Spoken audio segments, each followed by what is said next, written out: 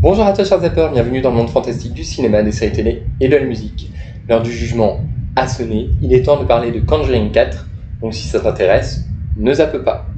Conjuring 4 donc, est sorti mercredi dernier en France au cinéma. Il a été réalisé par Michael Chase, à qui on doit notamment La Nonne 2, La Malédiction de la Dame Blanche et le Conjuring 3, sous l'emprise du diable. Le film cartonne au cinéma puisqu'il a coûté 55 millions au box-office et en a rapporté déjà 332 en seulement 2 semaines aux États-Unis et avec ses premières semaines en France. Il est sorti aussi dans d'autres pays, je crois, dans le monde, mais voilà, c'est quand même énorme. Il est largement rentabilisé. Au niveau des retours critiques, par contre, c'est beaucoup plus mitigé. On y reviendra tout à l'heure sur mon avis.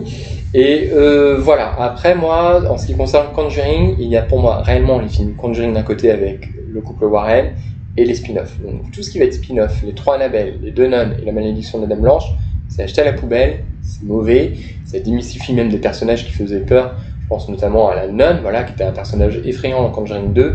Là, en fait, vous lui offrir un background et des films où il n'y a pas vraiment de matière derrière, qui ne sont pas vraiment captivants, en fait, je trouve que j'ai pas ressenti un seul frisson devant la nonne.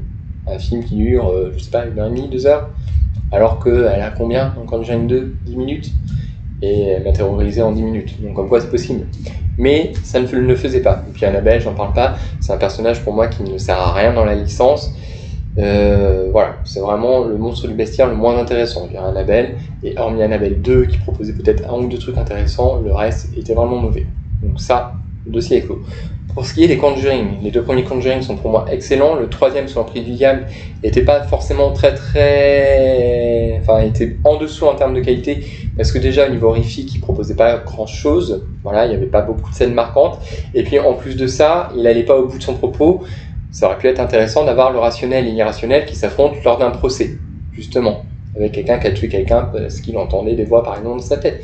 Je trouve que le concept était intéressant, ça n'a pas été conduit jusqu'au bout, et c'est à mon sens ce qui a fait que ce Conjuring-là était en dessous en fait des 2 précédents, en grande partie. Donc moi j'attendais beaucoup ce 4e opus, parce qu'il n'y avait pas de mauvais Conjuring avec Ed Warren. Voilà, il y avait un qui était moins bon, mais du coup je me suis dit il y a quand même moyen de tenir avec ce 4e opus une saga plutôt top, quoi. Pas besoin d'Annabelle et tout ça.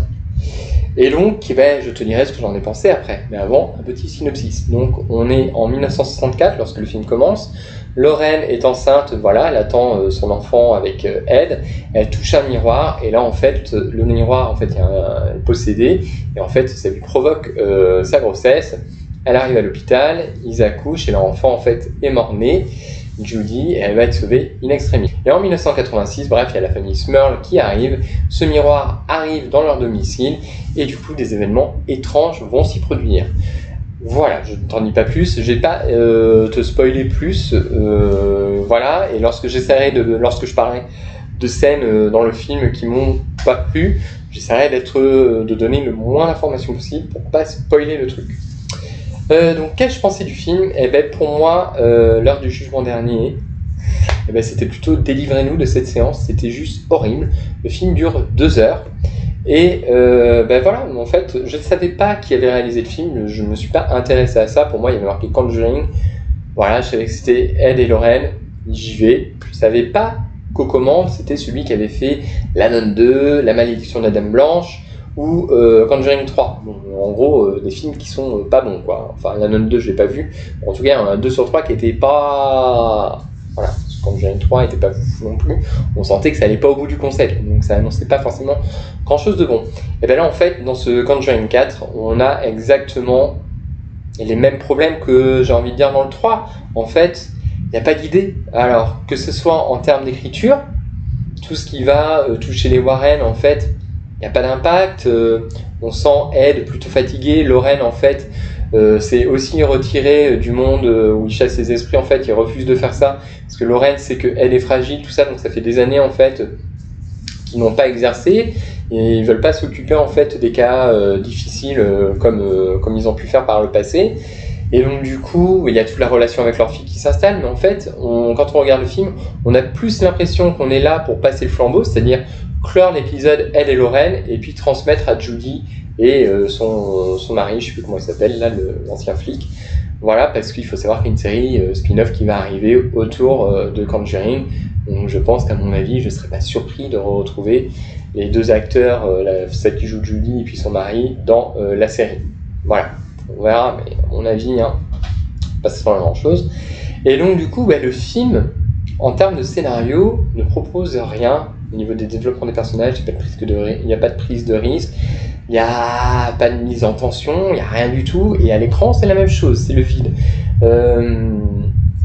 Par contre, il y a beaucoup de remplissage de blabla. Alors blabla, j'aimerais l'épouser, blabla, non, t'as pas trop ma bénédiction, blabla, t'as ma bénédiction, blabla, tu sais, on y tient, parce qu'on a failli la terre, blabla, faudrait que tu fasses attention à ton cœur, oh blabla, non, je veux pas retourner dans les affaires paranormales, blabla, blabla, bla. Il y a que de ça, en fait. Donc c'est hyper long. J'ai jamais vécu une séance, je crois, aussi longue, à part peut-être pour Jurassic World Dominion, donc c'est pour le dire, quand tu sais que Jurassic Park et Jurassic World Dominion, tu sais ce que j'en pense, il est dans mon classement juste ici, c'est pour moi un des pires Jurassic World. Alors du coup, Conjuring 4, je pense que j'avais été tout seul, parce que j'y suis allé avec 4 amis, je serais parti, vraiment, parce que c'était pas bon. Et du coup, d'ailleurs, le compte rendu, c'était que ça allait de très moyen à pas bon, en gros, sur 5 personnes. Donc voilà. Après, en termes de mise en scène, je me dis, bon, les films Conjuring, on s'attend pas à ce que ce soit grand chose, les Warren vont sortir vainqueurs. Alors attention, moi je m'en fous de savoir que les Warren n'étaient pas des bons personnages, etc., que c'était des escrocs, que tout ce qui les entoure est un peu flou et qu'on est très loin du tableau dressé par les films Conjuring. Je suis pas là pour juger leur vie, même si je pourrais peut-être un jour faire un numéro pour comparer le réel au fictif. Moi je suis là pour parler de cinéma, voilà. Et donc là, très clairement, il n'y a rien qui fonctionne. La famille est très peu développée, on la voit peu, la famille Smurl au final. Il n'y a pas vraiment d'impact non plus dans les scènes. Alors entre les gimmicks qu'on connaît déjà, j'ai parlé par exemple du téléphone avec le fil. Au tout début, on voit que le fil est tiré par les enfants, etc. On sait d'ores et déjà que ce gimmick-là va être repris et qu'à un moment donné, ce ne sera pas les enfants, mais une entité qui tirera le fil de ce téléphone. C'est sûr, on connaît le truc, on l'a eu avec le... Quand dans le premier, en fait, t'avais la famille qui jouait là, tape dans tes mains, et puis je te trouve avec les yeux bandés. Voilà. C'est exactement le même procédé, sauf que là, c'est un téléphone. Voilà. Et sauf que derrière, il n'y a pas l'attention. À côté de ça, c'est pareil, on a plein de moments comme ça qui font peur. Je parle de la lévitation, un moment dans le lit d'un des personnages, ça n'amène nulle part. Je parle de l'apparition d'Annabelle, voilà, donc, oui, elle est articulée, oui, il lui donne un aspect important, mais au final, en termes d'histoire, de peur, ça apporte rien du tout à l'histoire. Il y a la scène des bouts de glace, ça n'apporte rien non plus, même si c'est peut-être ce qu'il y a de mieux réussi. La mort, ah oui, alors la mort, enfin, il y a un personnage qui va mourir, voilà. Et donc du coup, il se rend à un endroit, il attend, le téléphone sonne, et en fait, dans le couloir, il y a un fil d'aspirateur, ou je sais plus, d'appareil électroménager, je crois que c'est un aspirateur. Et du coup, à un moment, je me suis dit, mais on va se retrouver à destination finale, le fil va lui sauter dessus, ou il va s'électrocuter, il va faire tomber un verre d'eau. Vraiment, la manière dont c'était filmé, on avait vraiment l'impression de ça, ils vont pas oser. Donc ils ont pas osé, mais au final, la confrontation entre ce personnage quand même assez important de par ce qu'il représente et l'esprit, je pense qu'on aurait pu avoir quelque chose peut-être d'un peu plus spectaculaire, d'autant que là on est peut-être à 1h15, 1h20 de film, il s'est pas passé grand chose avant, il était peut-être temps de sortir quelque chose, et non, il n'en est rien, ça se termine de la manière la plus classique.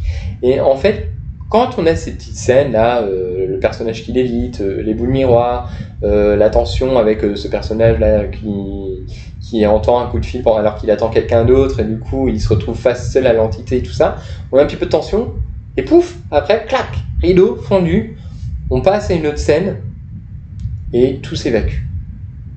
Donc déjà, on a du mal à ressentir la moindre implication, le moindre enjeu. Et en plus de ça, si dès que tu mets un petit peu de tension avec des choses qui sont quand même assez pauvres et classiques, et qu'en plus de ça, tu vas pas au bout, tu essaies pas de trouver quelque chose qui marque l'esprit du spectateur, ça va pas le faire, quoi, en fait, au bout d'un moment, ça le fait pas. L'affrontement final est absolument risible, avec les trois qui imposent leurs mains sur le miroir, enfin, franchement, on est vraiment dans un truc... c'est vraiment ridicule, il y a même un moment où j'ai rigolé, faut que tu ailles chercher ta Bible. Bah oui, forcément, il va aller chercher sa Bible pour chasser l'esprit, quoi, il va pas aller chercher le bottin ou le Kama Sutra, quoi, enfin, non, mais au bout d'un moment... Donc il y a des scènes comme ça qui sont un petit peu ridicules. Et au final, on se retrouve devant un Conjuring voilà, assez creux, où il n'y a rien, à l'éloge des Warren. Alors même si moi je me fous de l'histoire, après je trouve ça quand même, il y a peut-être 2-3 minutes à la fin où on te parle des Warren, on te dresse un tableau quand même assez bien quand même des Warren. Ça, je trouve ça quand même assez tendancieux. J'aurais aimé qu'ils s'en cantonnent vraiment à rester un film de cinéma. Voilà, mais bon, il faut bien donner un côté réel et essayer d'appeler le spectateur en lui faisant croire que ce qu'il voit, ça a réellement existé pour l'impliquer émotionnellement. Mais du coup, je trouve que ça fait superflu et en plus de ça, c'est un petit peu osé. Donc voilà, Conjuring, je crois que j'ai fait le tour.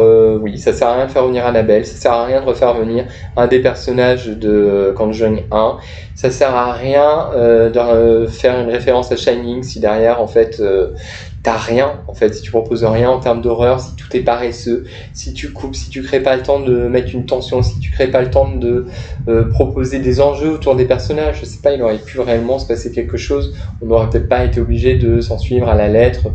On sait que Ed et Lorraine Warren dans la vraie vie ne sont pas faits tuer par un démon, mais peut-être que ça aurait pu. Là, on est dans la fiction, tout était permis, et en final, le jugement dernier de quoi? Voilà, de rien. Donc pour moi, c'est un mauvais film que je te conseille absolument pas. Attends la VOD, tu paieras moins cher. Et voilà, après si tu l'as vu, dis-moi ce que tu en as pensé.